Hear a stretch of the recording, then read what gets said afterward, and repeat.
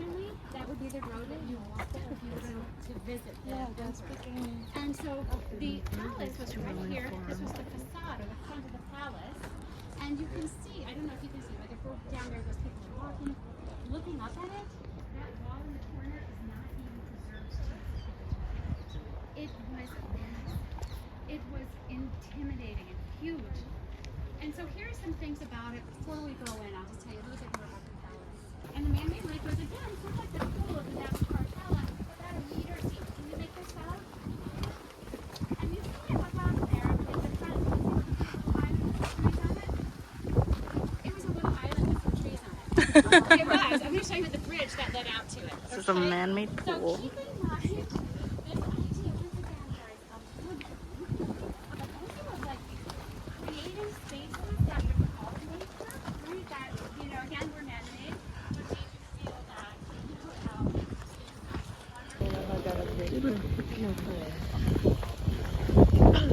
So once again,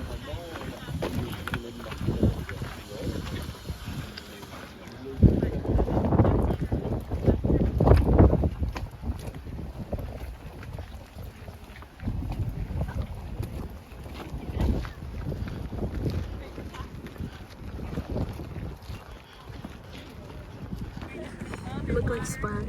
I have a little Bluetooth. This was held up by columns. Look at that. We see a column capital on its head here. So these are some of the beautiful pieces that would have adorned the walls and the spaces. Come on this way.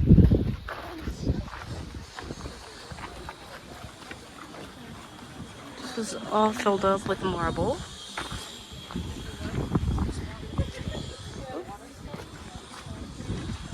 This place is huge. Okay, so over here we can actually see a little bit, and you've been walking on some original pieces of the flooring. Remember, we would have been inside here.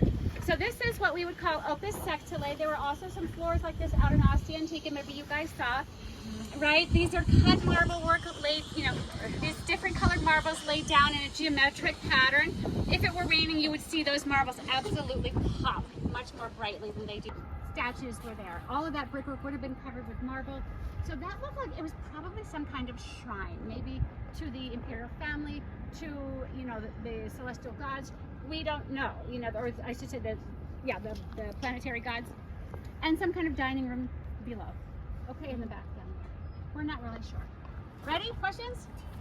Up it and send it to the side and down to the side and down to the side and down around the opening of the arch, basically taking the weight off of whatever's on top of it. The weight off of whatever's below it, right? The weight from what's above, they take it off of what's below. Does everyone understand what I'm babbling about? Mm-hmm. Okay, good. Okay. So the relieving arches are here because they're taking the weight of the brick walls off of the doorways below, right? If those relieving arches were not there, taking the weight of the upper wall and sending it to the side and down, those openings would collapse. Does that make sense, everybody? So the relieving arches, the Romans used them all the time, and they're really pretty to look at, but they would have never been seen. They would be covered up, right? Either with fresco painting or with slabs of marble, but they're structural. Oh, yes. How did you get down to the domestic quarters? Probably staircases like this. So this stairwell, we know, would have been open to the elements. You can see that it has plantings or planters around the edges of it, right?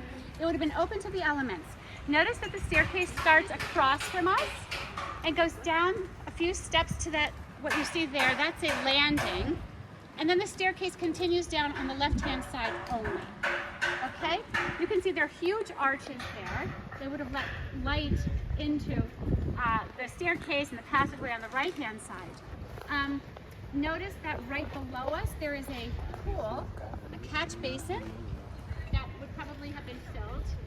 So I want you guys to think about it. These walls would have been covered with marble. The water's down below, the sun's shining, right? The sunshine is, bouncing off of, reflecting off of the marble, reflecting off of the water.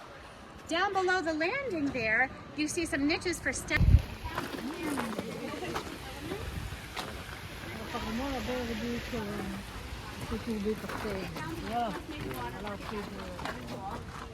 the top of the fountain there would have been covered probably with a garden.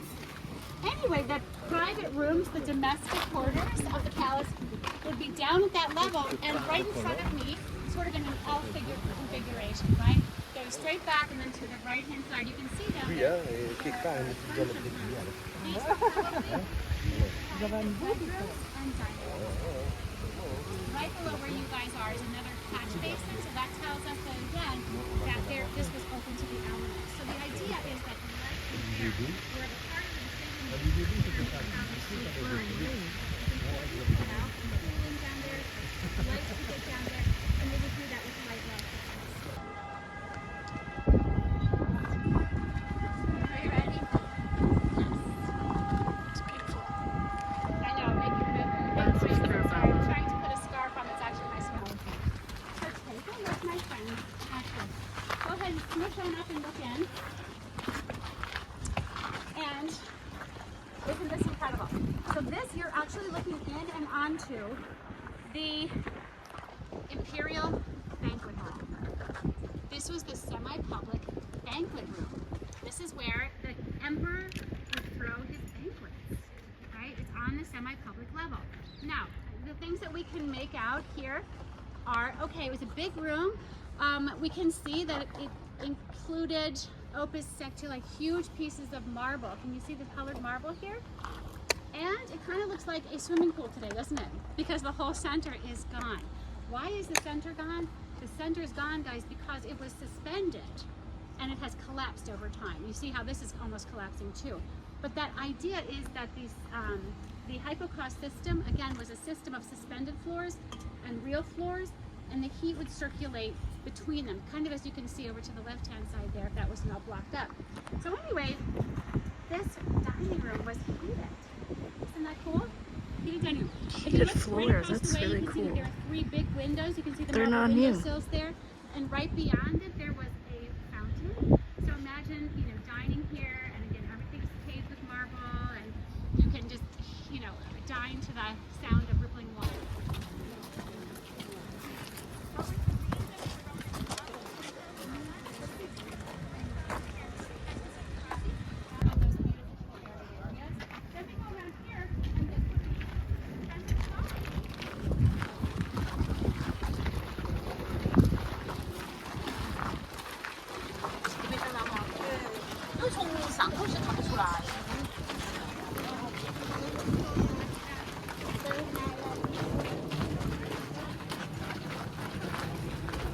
It's like a face. And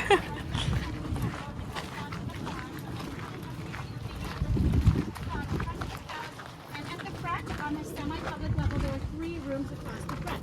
This was the central one. It was the biggest one, and it has this little outside area here. Probably there was some kind of dais here, some kind of platform, where, and this is probably where the emperor met his people. This was probably his throne room, right? People could come up from the forum or from wherever and ask him to settle disputes or for favors. This is probably the throne room. On one side there was a basilica or a little courthouse, and on the other side there was another room which was a household shrine. Okay, so in that way, added to the traditional corner of the throne. So Augustus' house was really a large construction here that he joined onto a temple of Apollo. You know, Apollo was a borrowed god who was invited over to the Roman world from Greece during the time of a plague because he was a healing god. And he actually became a really important god in the Roman world, especially to Augustus. Augustus thanked Apollo for his victory over Egypt. So here was actually this. This is the platform of the temple of Apollo Palatinus that apparently was connected to the house of Augustus himself. Isn't that cool? This thing, you see it's at a lower level. This is the so-called house of Livia. Do you guys remember the name Livia? Like the wife of Augustus?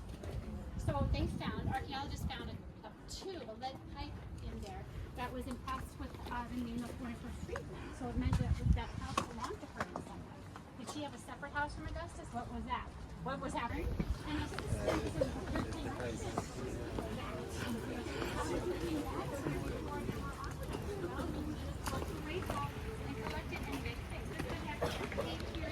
You know, we're talking here in the King's War, something like that, really early on. There were also 2 different temples here. One is over here.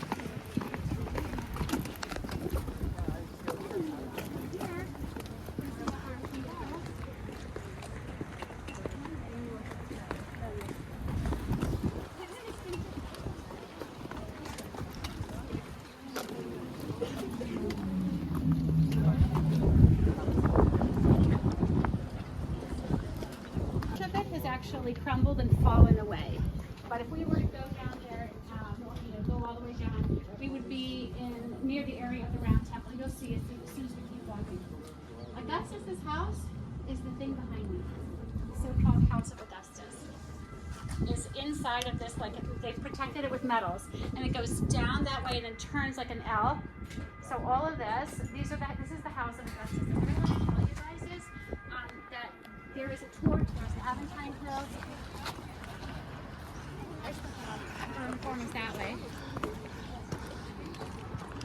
Take a couple minutes. Is the tiger right there? Yeah, right below, right behind the round temple. Do you see the temple? Oh yeah, You see the Lungo Tower right up there? Which arch is that one down there? That is the beautiful, ugly arch of Janus. Janus. Yeah, so-called Arch of Janus.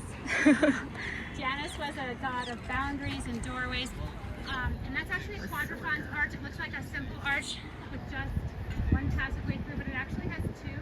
It covered at crossroads.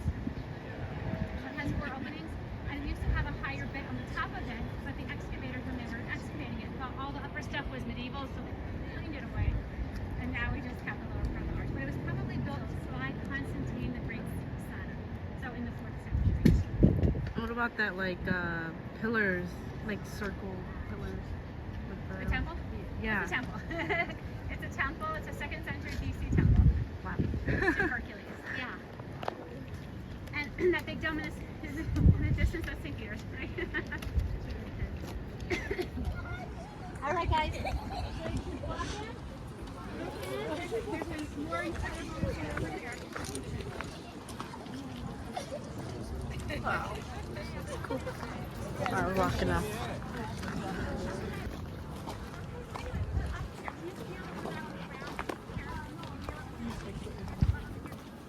I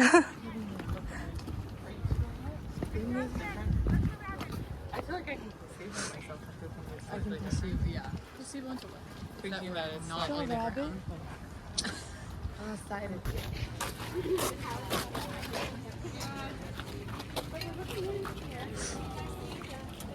Oh, there's people down there.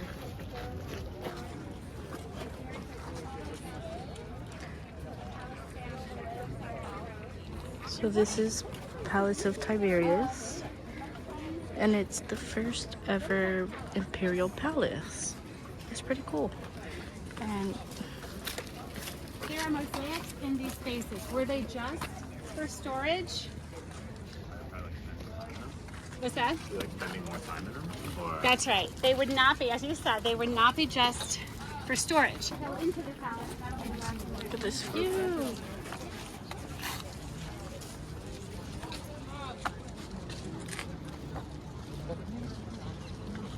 This is the forum, right? Imperial Forum. So many people.